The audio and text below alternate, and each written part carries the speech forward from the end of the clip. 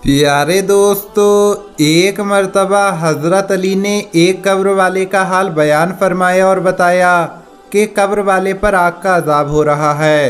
तो हज़रत सलमान फ़ारसी ने पूछा, या अली, इस अजाब की क्या वजह है? तो हज़रत मौला अली ने फरमाया कि ये शख्स अपनी माँ का नाफरमान था और ज़िंदगी में अपनी माँ को तकलीफ़ देता था, इसलिए इसकी कब्र में आग का अजाब हो रहा है और ये उस वक्त तक जारी रहेगा जब तक कि इसकी माँ इसे माफ़ ना कर दे।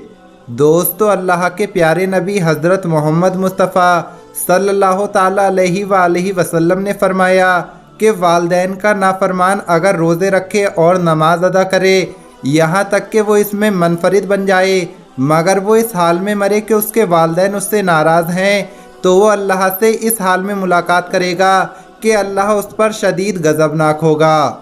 हुजूर पाक सल्लल्लाहु ताला अलैहि वसल्लम ने फरमाया कि मेराज की रात मैंने कुछ लोगों को आग की शाखों से लटके हुए देखा। मैंने हज़रत जिब्राईल अलैहिस्सलाम से पूछा, ये कौन लोग हैं?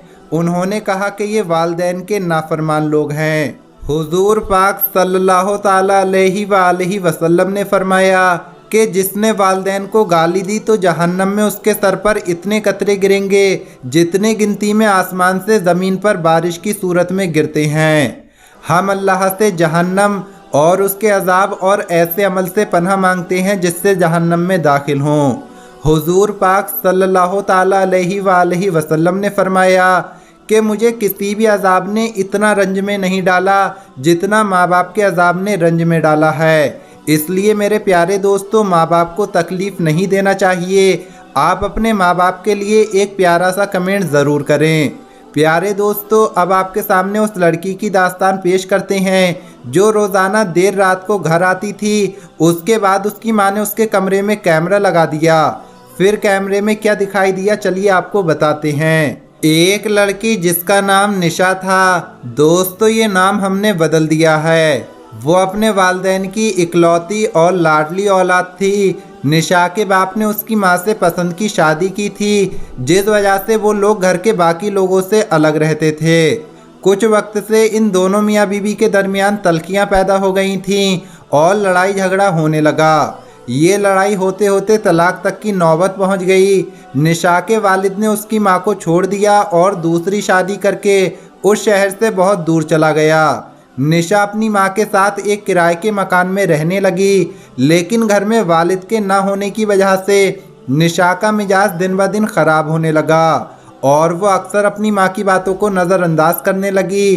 कॉलेज की पढ़ाई पूरी करने के बाद निशा ने आगे पढ़ाई ना करने की सोची और माँ का हाथ बटाने के लिए शहर में एक नौकरी इख्तियार कर ली।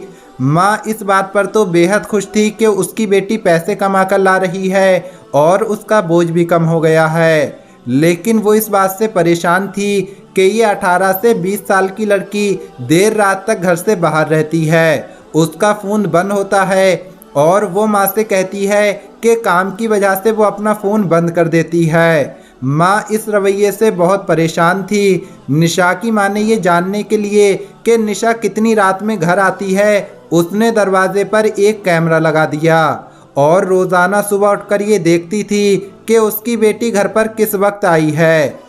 निशा को अपनी माँ की इस हरकत पर बहुत गुस्सा आया। उसने अपनी माँ से झगड़ा किया कि तुम अपनी बेटी पर शक कर रही हो, ये अच्छी बात नहीं है, लेकिन निशा की माँ ने कैमरा वहीं पर लगा रहने दिया। इसके बाद दोस्तों, एक दिन निशा अचानक गायब हो गई। माँ को इसी बात का डर था और वही हुआ। वो कई रातें इंतज़ार करती रही, लेकिन उसकी बेटी घर नहीं पहुंची। निशा की माँ की हालत ख़राब होने लगी। उसने बदनामी के डर से किसी से इस बात का जिक्र नहीं किया और घर के दरवाजे पर खड़े होकर अपनी बेटी का इंतज़ार करती रहती थी। न उसने किसी मोहल्ले वाले को बताया और न अपने रिश्तेदार से इस बात का जिक्र किया। एक दिन निशा की माँ दरवाजे पर खड़े होकर उसका इंतज़ार कर रही थी कि अचानक वो बेहोश होकर ज़मीन पर गिर गई। मोहल्ले वालों ने उसकी माँ को उठाया और अस्पताल ले गए।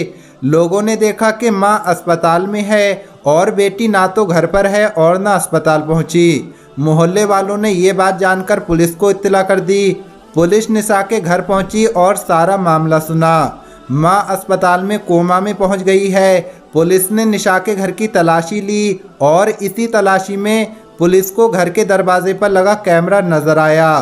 दोस्तों, इस कैमरे की रिकॉर्डिंग का जायजा लिया गया तो जिस रात निशा गायब होती है उसी रात जब वो अपने घर के दरवाजे पर पहुंची तो उसका पीछा करते हुए एक नकाबपोश शख्स भी उसके साथ आया था।